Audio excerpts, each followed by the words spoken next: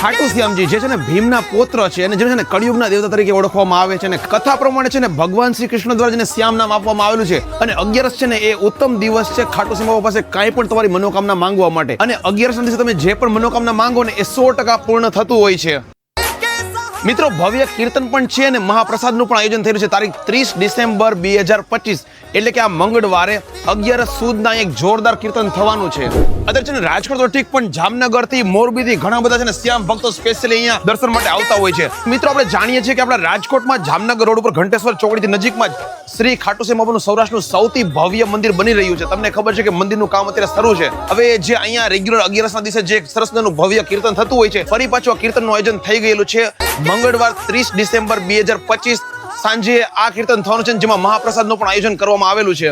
રાજકોટમાં તમામ શ્યામ ભક્તોને કહીશ કે તમે પણ છે ને અચૂક 11 સુદના દિવસે અહીંયા પધારો, તમારી જે પણ મનોકામના છે ને એની અરજી લગાવો, તમારું 100% કાર્ય અહીંયા પૂર્ણ થશે। અને જોઈ શકીએ છીએ કે અહીંયા છે ને ભવ્ય મંદિરનું નિર્માણ શરૂ થઈ ગયું છે અને ઘણું ખરું મંદિર બની પણ ગયું છે। બહુ જલ્દી છે ને આપણને ભવ્ય મંદિરના દર્શન કરવાનો મોકો મળવાનો છે પણ તમે જોઈ શકો છો કે અત્યારે કામ ચાલી રહ્યું છે। તમે પણ આ મંદિરમાં તમારો સહયોગ આપવા માંગો ને તો આપી શકો છો। તમે આમાં 1 ઈંટ 11 ઈંટ તમે જે પણ ઈચ્છો એ તમે અહીંયા લખાવી શકો છો। તમે પણ જરૂરથી વિઝિટ કરો અને મંદિરના નિર્માણમાં તમે પણ ભાગીદાર થાઓ। એટલે જ કહેવાય છે ને કે હારે કા સહારા બાબા શ્યામ હમારા। મિત્રો તમને પણ જો આપણા આ ખાટુ શ્યામ બાબાના મંદિરની સિરીઝ જો ગમે છે ને તો કમેન્ટ્સમાં જય શ્રી શ્યામ લખવાનું ચૂકતા નહીં।